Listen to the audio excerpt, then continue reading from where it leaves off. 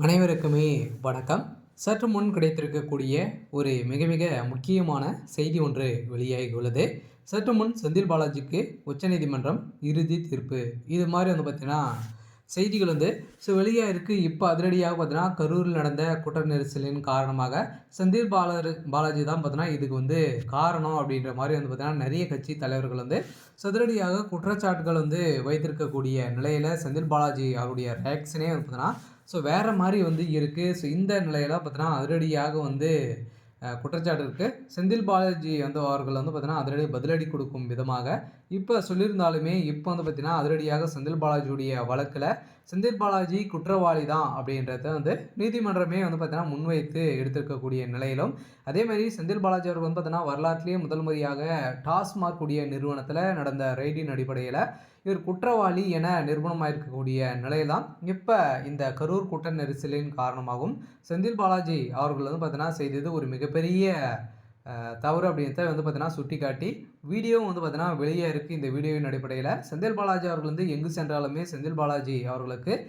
எதிர்ப்புகள் தான் கொடுத்துருக்காங்க. மக்கள் பார்த்தீங்கன்னா கருப்பு கொடி காட்டி எதிர்ப்புகள் விடுத்திருக்காங்க. சில கோவை மக்கள் அனைவருமே பார்த்தீங்கன்னா பெரும் கோபத்தோடு இருக்காங்க. இருந்தாலுமே எந்த மூஞ்சியை வைத்து செந்தில் பாலாஜி அவர்கள் பார்த்தீங்கன்னா பிரச்சாரத்துக்கு வராரு அப்படின்ற மாதிரிலாம் நிறைய கேள்விகளாக எழுந்திருக்கக்கூடிய நிலையில் இதற்கு பார்த்தீங்கன்னா அரசுக்கு அவப்பேரை ஏற்படுத்திய குறுகிய மனப்பான்மையோடு பேசும் நாகேந்திரன் அவர்களுக்கு பார்த்தீங்கன்னா பதில் சொல்லி நேரத்தை வீணடிக்கவில்லை என செந்தில் பாலாஜிக்கு பேசிய நிலையில் அங்கு திடீர்னு பார்த்தீங்கன்னா கரூர் கூட்ட நெரிசல் குறித்து சிபிஐ விசாரணை நடந்து வருகின்ற நிலையில் அந்த சிபிஐ விசாரணையின் அடிப்படையில் இப்போ அதிரடியாக பார்த்தீங்கன்னா உச்சநீதிமன்றத்தில் தாக்கல் செஞ்சுருக்காங்க. செந்தில் பாலாஜி அவர்கள் பார்த்தீங்கன்னா மீண்டும் கைது செய்யப்படணும் அப்படின்றத பார்த்தீங்கன்னா சிபிஐ விசாரணையில் தெரிய வந்திருக்கு. இன்னும் பார்த்தீங்கன்னா அவர் கோஆப்ரேட் பண்ண மாட்டாரு அப்படின்ற மாதிரிலாம் ஒரு செந்தில் பாலாஜிக்கு எதிர்ப்புகள் வந்திருக்கு. இதனால் சென்னையில் நடந்த உலக உங்கள் செயல் விழாவில் பங்கேற்று செந்தில் பாலாஜி அவர்கள் பார்த்தீங்கன்னா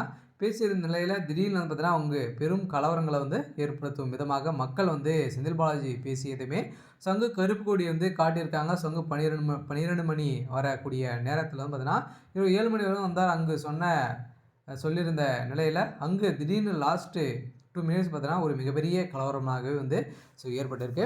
இருந்தாலுமே செந்தில் பாலாஜி அவர்கள் பார்த்தீங்கன்னா ஒரு மிகப்பெரிய ஊழல்வாதி அப்படின்றத அனைத்து மக்களுக்குமே பூட்டும் விதத்தில் இப்போ அமலாக்கத்துறை களத்தில் இறங்கியிருக்காங்க. இருந்தாலுமே செந்தில் பாலாஜி அவருடைய வழக்கில் ஒரு புதிய திருப்பம் ஏற்படலாம் அப்படின்ற எதிர்பார்ப்பு இருந்த நிலையில் செந்தில் பாலாஜிக்கு 2026 தேர்தலில் ஒரு மிகப்பெரிய சவாலாக இருக்கும். இருந்தாலுமே என்ன நடக்க போகுது அப்படின்றத வெயிட் பண்ணி பார்க்கலாம். இது மாதிரி செய்திகளை தெரிஞ்சுக்கணும் அப்படின்னா மறக்காமல் நம்மளுடைய சேனலை சப்ஸ்கிரைப் பண்ணி